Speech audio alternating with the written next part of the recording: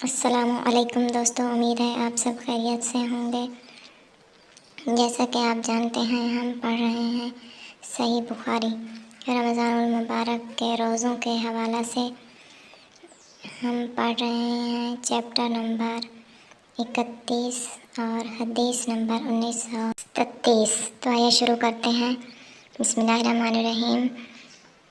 رمضان میں اپنی بیوی کے ساتھ قصداً ہم بستر ہونے والا شخص کیا کرے، اور کیا اس کے گھر والے محتاج ہوں تو وہ ان ہی کو کفارہ کا کھانا کھلا سکتا ہے۔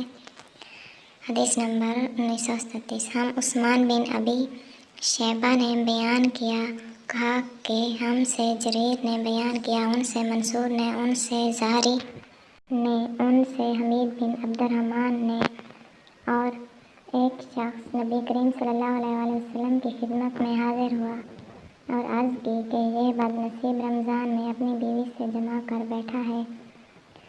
آپ نے دریافت فرمایا کہ تمہارے پاس اتنی طاقت نہیں ہے کہ غلام آزاد کر سکو؟ اس نے کہا کہ نہیں۔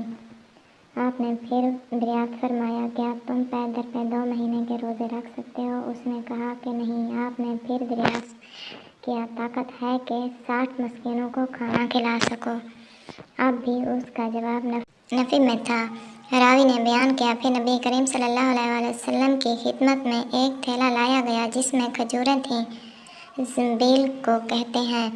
حضرت صلی اللہ علیہ وسلم نے فرمایا کہ اسے لے جا اور اپنی طرف سے کسی محتاج کو کھلا دے۔ اس شخص نے کہا، میں اپنے سے بھی زیادہ محتاج کو، حالانکہ 2 میدانوں کے درمیان کوئی گھرانہ ہم سے زیادہ محتاج نہیں۔ آپ صلی اللہ علیہ وسلم نے فرمایا کہ پھر جا اپنے گھر والوں ہی کو کھلا دے۔ یہ حدیث یہاں پر ختم ہوتی ہے۔